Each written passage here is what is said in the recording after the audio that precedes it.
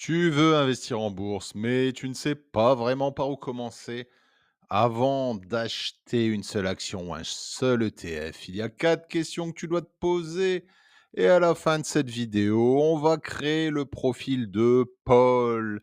Après mon portefeuille de père de famille que j'avais déjà fait sur cette chaîne pour gagner des dividendes, j'ai envie de tout vous expliquer, j'ai envie de repartir de zéro. Et dans cette série de vidéos, on va suivre la création d'un portefeuille de A à Z et ce sera celui de Paul.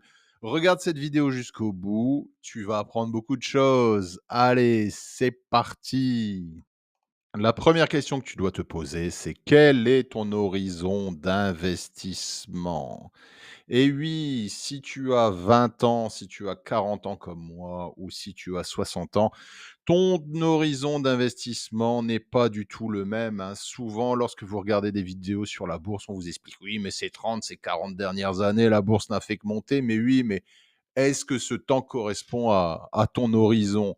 Par exemple, on a, proposé des placements financiers à ma mère sur une période de 10 ans. Ma mère a plus de 70 ans, ça n'intéresse pas. Voilà, définis quel est ton horizon d'investissement. La somme que tu veux l'investir sur combien de temps? On parle de 5 ans, 10 ans, 20 ans, 30 ans. Définis ça en premier. En deuxième, c'est très simple, c'est quel niveau de risque tu peux accepter et quelle baisse es-tu capable de supporter sans paniquer? Voilà, si tu investis 10 000 € en bourse, quel risque ou quel niveau de risque es-tu prêt à accepter?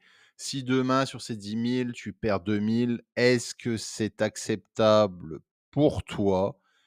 Après, quelle baisse es-tu capable de supporter sans paniquer? Moi, je t'explique, par exemple, ça fait à peu près plus de 8 ans que je suis, dans le domaine de la bourse. J'ai connu le crash de 2018, j'ai connu le covid, j'ai connu le crash de 2022 ou les baisses de ces années-là et des fois, il y a des, jours où je perdais, des sommes à plus de 5 chiffres. Donc est-ce que psychologiquement, tu es prêt à voir ces baisses ou tu vas paniquer? C'est la deuxième question que tu dois te poser.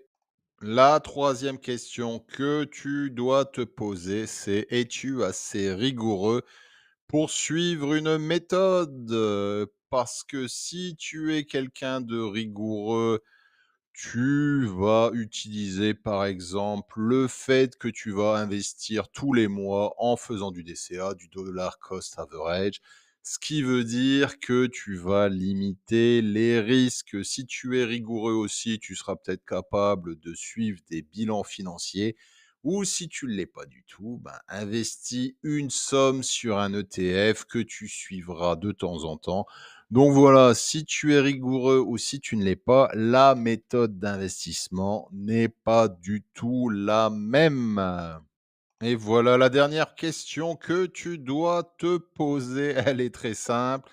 C'est quel est ton objectif? Est-ce que tu veux avoir des dividendes? Est-ce que tu veux faire du 5-6 par an? Est-ce que tu veux faire plus que ça?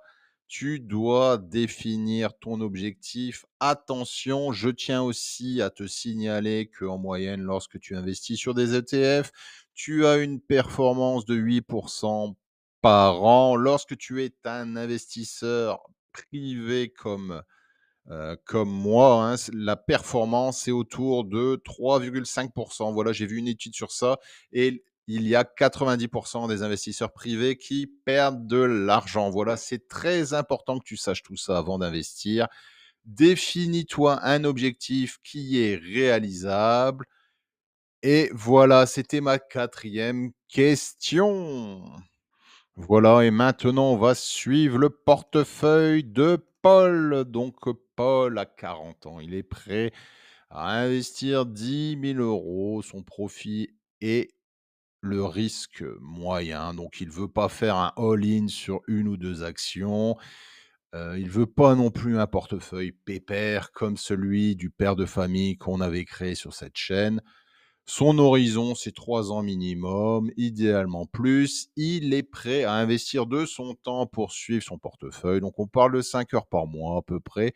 Et son objectif, c'est de faire mieux qu'un placement passif classique sans prendre un risque excessif. Il cherche une performance ambitieuse quand même, Paul, mais réaliste avec un niveau de risque moyen. Donc, cette série va complémenter ou va remplacer, le portefeuille de père de famille dont le but était de créer des dividendes. Là, on sera un petit peu plus sur la performance et je vais faire une série de vidéos pour vous expliquer la création de ce portefeuille de A à Z. Donc, mettez dans les commentaires, vous, quel profil avez-vous? Êtes-vous plus orienté vers la dividende? Êtes-vous plus orienté sur la performance? Ça m'intéresse pour orienter mes vidéos par rapport à cette chaîne. Voilà, c'était tout pour aujourd'hui. Merci d'avoir suivi cette vidéo jusqu'au bout. N'hésite pas à t'abonner à la chaîne. N'oublie pas que je fais ça à titre de divertissement uniquement. Ce ne sont pas des conseils pour investir. Avant d'investir en bourse, fais ta propre analyse et lorsque tu investis, tu as toujours un risque total de perte du capital investi. Merci d'avoir suivi cette vidéo jusqu'au bout et je te dis à très bientôt. Ciao.